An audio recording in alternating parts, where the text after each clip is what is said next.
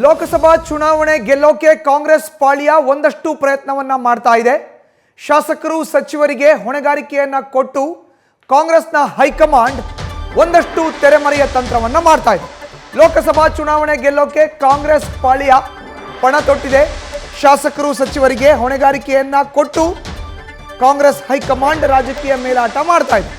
ಆಯಾ ಕ್ಷೇತ್ರಗಳ ಅಭ್ಯರ್ಥಿಯನ್ನ ಗೆಲ್ಲಿಸಿಕೊಂಡು ಬರೋಕೆ ಟಾರ್ಗೆಟ್ ಅನ್ನ ಫಿಕ್ಸ್ ಮಾಡ್ತಾ ಇದೆ. ಗೆಲ್ಲಿಸಿಕೊಂಡು ಬರೆದಿದ್ರೆ ಈಗಿರುವಂಥ ಸ್ಥಾನವನ್ನ ಕಸಿದುಕೊಳ್ಳೋ ಎಚ್ಚರಿಕೆಯನ್ನ ಕೂಡ ನೀಡ್ತಾ ಇದೆ. ಎಲ್ಲರ ಬಗ್ಗೆ ನಿಗಾ ವಹಿಸುವಂತೆ ಸಿಎಂ ಸಿದ್ದರಾಮಯ್ಯ, ಡಿಸಿಎಂ ಡಿಕೆ ಶಿವಕುಮಾರ್ಗೆ ಸೂಚನೆಯನ್ನ ಕೂಡ ಕೊಟ್ಟಿದೆ. ಲೋಕಸಭಾ ಚುನಾವಣೆ ಗೆಲ್ಲೋಕೆ ಕಾಂಗ್ರೆಸ್ ಪಾಳ್ಯ ಈಗ ಪಣವನ್ನ ತೊಟ್ಟಿರೋ ಅಂಥದ್ದು. ಹೆಚ್ಚಿನ ಡೀಟೇಲ್ಸ್ ನಮ್ಮ ಪ್ರತಿನಿಧಿ ಹರೀಶ್ ನೀಡ್ತಾರೆ. ಹರೀಶ್, ಈಗಾಗಲೇ ನೀವು ಹೇಳ್ತಾ ಇದ್ರಿ ಒಂದು ಕಡೆ ಬೆಂಗಳೂರು ಉತ್ತರ ಅಂತ.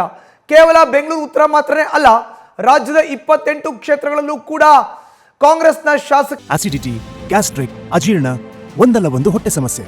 ಅದಕ್ಕೆ ನಾನು ಅಮೃತ ಬಿಂದು ಟ್ಯಾಬ್ಲೆಟ್ನ ಯೂಸ್ ಮಾಡ್ತೀನಿ. ಅಮೃತ ಬಿಂದು ಮನೇಲಿದ್ದಾಗ ಸಿರಪ್, ಟೂರಲ್ಲಿದ್ದಾಗ ಟ್ಯಾಬ್ಲೆಟ್. ಸಚಿವರುಗಳಿಗೆ ಟಾರ್ಗೆಟ್ ನ ಫಿಕ್ಸ್ ಮಾಡಿರುವಂತದ್ದು ಹರೀಶ್ ಹೈಕಮಾಂಡ್.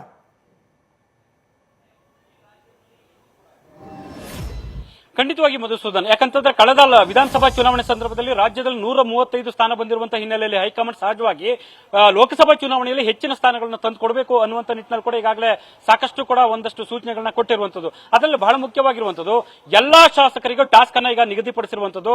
ತಮ್ಮ ತಮ್ಮ ಕ್ಷೇತ್ರಗಳಲ್ಲಿ ಹೆಚ್ಚಿನ ಲೀಡ್ ಅನ್ನು ತಂದುಕೊಡಬೇಕು ಅನ್ನುವಂಥ ನಿಟ್ಟಿನಲ್ಲಿ ಈಗಾಗಲೇ ಸೂಚನೆ ಕೊಟ್ಟಿದ್ದಾರೆ ಅನ್ನುವಂಥ ಮಾಹಿತಿ ಕೂಡ ಲಭ್ಯ ಆಗಿದೆ. ಒಂದು ಕಳೆದ ವಿಧಾನಸಭಾ ಚುನಾವಣೆ ಸಂದರ್ಭದಲ್ಲಿ ಯಾರು ಹೆಚ್ಚೆಲ್ಲ ಲೀಡ್ ತಗೊಂಡಿದ್ರು ಅವರು ಆ ಲೀಡ್ ಅನ್ನ ಕಾಯ್ದುಕೊಂಡು ಹೋಗುವುದು, ಜೊತೆಗೆ ಸಾಧ್ಯವಾದರೆ ಇನ್ನೂ ಹೆಚ್ಚಿನ ಮತಗಳನ್ನ ಲೀಡ್ ತಂದು ಕೊಡುವಂತ ಲೆಕ್ಕಾಚಾರದಲ್ಲಿ ಅವರೆಲ್ಲರೂ ಕೂಡ ಕೆಲಸ ಮಾಡಬೇಕು ಅನ್ನುವಂಥ ನಿಟ್ಟಿನಲ್ಲಿ ಸೂಚನೆ ಕೊಟ್ಟಿರುವಂತದ್ದು. ಒಂದು ವೇಳೆ ಆ ರೀತಿ ಮಾಡದೇ ಇದ್ದಲ್ಲಿ, ಕಡಿಮೆ ಲೀಡ್ ಬಂದಿದ್ದಲ್ಲಿ ಅಂತಹ ಶಾಸಕರು ಏನು ಅಧಿಕಾರವನ್ನು ಅನುಭವಿಸ್ತಾ ಇದ್ದಾರೆ, ನಿಗಮ ಮಂಡಳಿ ಆಗಿರ್ಬೋದು, ಬೇರೆ ಬೇರೆ ಆಗಿರ್ಬೋದು, ಅವನ್ನ ಕಿತ್ಕೊಳ್ತಕ್ಕಂಥ ಒಂದು ಸಂದರ್ಭ ಕೂಡ ಸೃಷ್ಟಿ ಆಗಬಹುದು. ಹಾಗಾಗಿ ಎಲ್ಲಾ ಶಾಸಕರು ಕೂಡ ನಿರಂತರವಾಗಿ ಪಕ್ಷದ ಅಭ್ಯರ್ಥಿಗಳ ಗೆಲುವಿಗೆ ಕೆಲಸ ಮಾಡಬೇಕು ಅನ್ನುವಂತ ಸೂಚನೆಯನ್ನ ಈಗಾಗಲೇ ರವಾನೆ ಮಾಡಿರುವಂತದ್ದು. ಅದಷ್ಟೇ ಅಲ್ಲ, ಸಚಿವರಿಗೂ ಕೂಡ ಪರೋಕ್ಷವಾಗಿ ಒಂದು ಸ್ಪಷ್ಟ ಸಂದೇಶವನ್ನ ಹೈಕಮಾಂಡ್ ನಾಯಕರು ರವಾನೆ ಮಾಡಿದ್ದಾರೆ ಅನ್ನುವಂಥದ್ದು.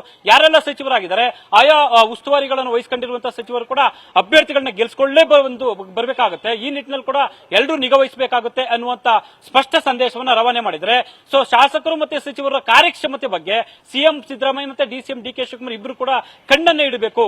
ಸೊ ಕಾಲಕ್ಕೆ ಸಲಹೆಗಳನ್ನು ಕೊಡಬೇಕು, ಮತ್ತೆ ಲೀಡ್ ಬರೋ ರೀತಿಯಲ್ಲಿ ಕೂಡ ಇಬ್ರು ಕೂಡ ಜವಾಬ್ದಾರಿನ ವಹಿಸಿಕೊಂಡು ಸೊ ಈ ರೀತಿ ಕೆಲಸ ಮಾಡಬೇಕು ಅನ್ನುವಂತ ನಿಟ್ಟಿನಲ್ಲಿ ಕೂಡ ಹೈಕಮಾಂಡ್ ನಾಯಕರು ಸೂಚನೆ ಕೊಟ್ಟಿರುವಂತದ್ದು. ಶತಾಯಗತೆ ಈ ಬಾರಿ 20ನೇ ಟಾಸ್ಕ್ ಅನ್ನ ಹೈಕಮಾಂಡ್ ಕೊಟ್ಟಿರುವಂತದ್ದು. ಈ ನೆಲೆಯಲ್ಲಿ ರಾಜ್ಯ ನಾಯಕರು ಕನಿಷ್ಠ 15ರಿಂದ 20 ಸ್ಥಾನ ಗೆಲ್ಲೇಬೇಕು ಅನ್ನುವಂತ ನಿಟ್ಟಿನಲ್ಲಿ ಕೆಲಸವನ್ನ ಮಾಡ್ತಾ ಇರುವಂತದ್ದು.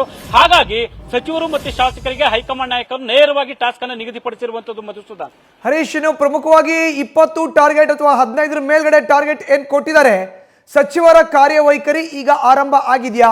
ಶಾಸಕರು ಏನ್ ಹೇಳ್ತಾರೆ, ಕೊಟ್ಟಿರುವಂತ ಟಾರ್ಗೆಟ್ ನ ಅನುಸರಿಸಲೇಬೇಕಾದಂತ ಒಂದು ಇಕ್ಕಟ್ಟಿಗೆ ಸಿಲುಕಿರುವಂತ ಪರಿಸ್ಥಿತಿ ಏನಾದರೂ ಕಾಣ್ತಾ ಇದೆಯಾ ಹರೀಶ್? ಹೇಗೆ ಮಧುಸೂದನ್, ರಾಜ್ಯದಲ್ಲಿ 135 ಶಾಸಕರು ಇರುವಂತದ್ದು. ಈ ಹಿನ್ನೆಲೆಯಲ್ಲಿ ಸೊ ಎಲ್ಲಾ ಲೋಕಸಭಾ ಕ್ಷೇತ್ರಗಳಲ್ಲಿ ಪ್ರಾಮಾಣಿಕವಾಗಿ ಕೆಲಸ ಮಾಡಿದ್ರೆ, ಸಕ್ರಿಯವಾಗಿ ಪರಿಣಾಮಕಾರಿಯಾಗಿ ಕೆಲಸ ಮಾಡಿದ್ದೆ ಆದಲ್ಲಿ ಕನಿಷ್ಠ 15 ಸ್ಥಾನಗಳನ್ನು ಗೆಲ್ಲಬಹುದು ಅನ್ನುವಂಥದ್ದು ಕೂಡ ಈಗಾಗಲೇ ಕಾಂಗ್ರೆಸ್ ಹೈಕಮಾಂಡ್ ಸ್ಪಷ್ಟ ಸಂದೇಶವನ್ನ, ಸ್ಪಷ್ಟ ಸೂಚನೆಯನ್ನು ಕೊಟ್ಟಿರುವಂತದ್ದು. ಈ ಹಿನ್ನೆಲೆಯಲ್ಲಿ ಸೊ ಎಲ್ಲಾ ಶಾಸಕರು ಮತ್ತು ಸಚಿವರಿಗೆ ಕೂಡ ಖಡಕ್ ಸೂಚನೆಯನ್ನು ಕೊಟ್ಟಿರುವಂತದ್ದು. ಸೊ ಒಂದು ರೀತಿಯಲ್ಲಿ ಕೂಡ ಆಯಾ ಲೋಕಸಭಾ ಕ್ಷೇತ್ರದಲ್ಲಿ ಪರಿಣಾಮಕಾರಿಯಾಗಿ ಕೆಲಸ ಮಾಡಬೇಕು, ಹೊಂದಾಣಿಕೆ ರಾಜಕಾರಣ ಮಾಡ್ಕೊಳ್ಬಾರ್ದು. ಸೊ ಎಲ್ಲರೂ ಕೂಡ ತಮ್ಮ ಏನು ಅಸಮಾಧಾನ ಏನಿದೆ ಅವೆಲ್ಲವನ್ನ ಪಕ್ಕಕ್ಕಿಟ್ಟು ಕೆಲಸ ಮಾಡಬೇಕು ಅನ್ನುವಂತ ನಿಟ್ಟಿನಲ್ಲಿ ಸ್ಪಷ್ಟ ಸಂದೇಶವನ್ನು ಕೊಟ್ಟಿರುವಂತದ್ದು. ಇದೆಲ್ಲದಕ್ಕೂ ಕಾರಣ ಆಗಿರುವಂತದ್ದು ಈ ಬಾರಿ ಕರ್ನಾಟಕದಲ್ಲಿ ಅತ್ಯಂತ ಹೆಚ್ಚಿನ ಸ್ಥಾನಗಳನ್ನ ಗೆಲ್ಲಬೇಕು, ಆ ಮೂಲಕ ರಾಷ್ಟ್ರೀಯ ಮಟ್ಟದಲ್ಲಿ ದೊಡ್ಡ ಸಂದೇಶ ರವಾನೆ ಮಾಡಬೇಕು ಅನ್ನುವಂತ ಲೆಕ್ಕಾಚಾರ ಇರುವಂತದ್ದು. ಮಧುಸೂದನ್, ಧನ್ಯವಾದ ಹರೀಶ್ ನಿಮ್ಮ ಮಾಹಿತಿಗೆ. ನ್ಯೂಸ್ ಫಸ್ಟ್, ನಿರ್ಭೀತಿಯಿಂದ ನಿಮ್ಮ ಪರವಾಗಿ.